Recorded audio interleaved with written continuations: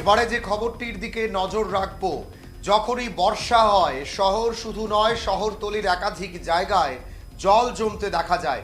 বিভিন্ন জায়গা থেকে একাধিক সময় উঠে আসে যে এলাকায় ড্রেন না থাকার কারণেও জল জমে যায়।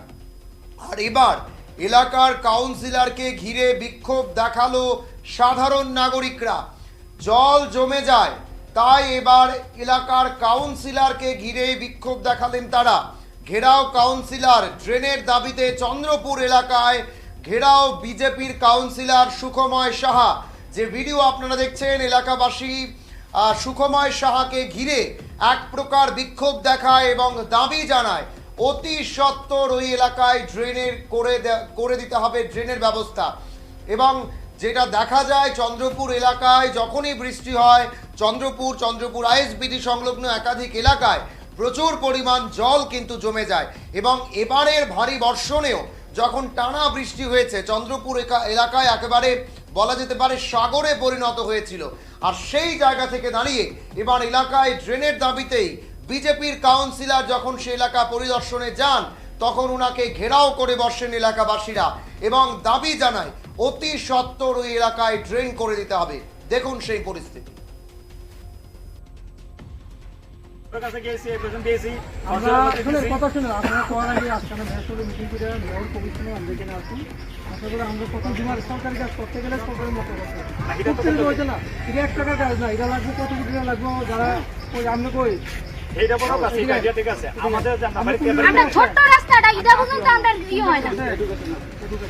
রাস্তাটা করতে দিনে কত টাকা লাগবে আইডিয়া আছে?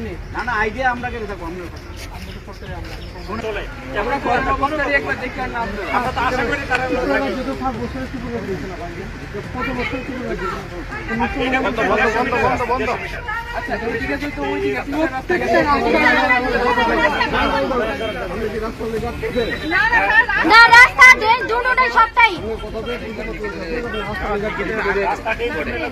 রাস্তা লেগে করতে পারেন না, একটা কাজ করে তুলে এদিকে ব্লক করে দিই, লাগবে রাস্তা।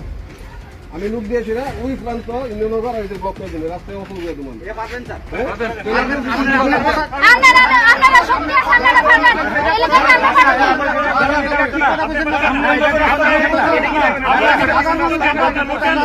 আপনি তর্ক করবেন না।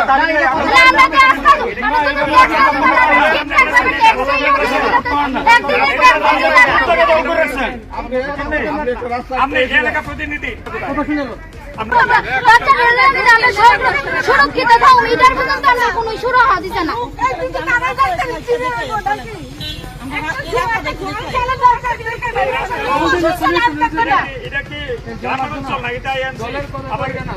আমরা তো ঠিক ট্যাক্স দিতেছি, ঠিক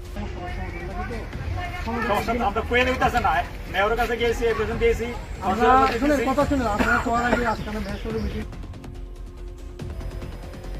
আপনারা দেখছিলেন বিজেপি কাউন্সিলর সুখময় সাহাকে ঘিরে চন্দ্রপুর এলাকার সাধারণ নাগরিকরা এক প্রকার বিক্ষোভ দেখান এবং ড্রেনের দাবিতেই, ওই এলাকায় ড্রেন করে দেওয়ার দাবিতেই কিন্তু তারা আজকে কাউন্সিলরকে যখন সামনে পেয়ে যান, তখন কিন্তু বিক্ষোভ দেখাতে শুরু করেন। এবং একটা সময় কাউন্সিলরকে ঘিরে তারা এটাও জানান দীর্ঘদিন ধরে এলাকায় জম জ্বলছে, কিন্তু কোনো ভ্রুক্ষেপ নেই কাউন্সিলরে এবং অতি সত্বর কাউন্সিলরকে ওই এলাকায় ড্রেনের ব্যবস্থা করে দিতে হবে। এক প্রকার কিন্তু বিক্ষোভ এবং জনরোষের মুখে পড়েন কাউন্সিলর সুখময় সাহা। সময় ছোট বিজ্ঞাপন।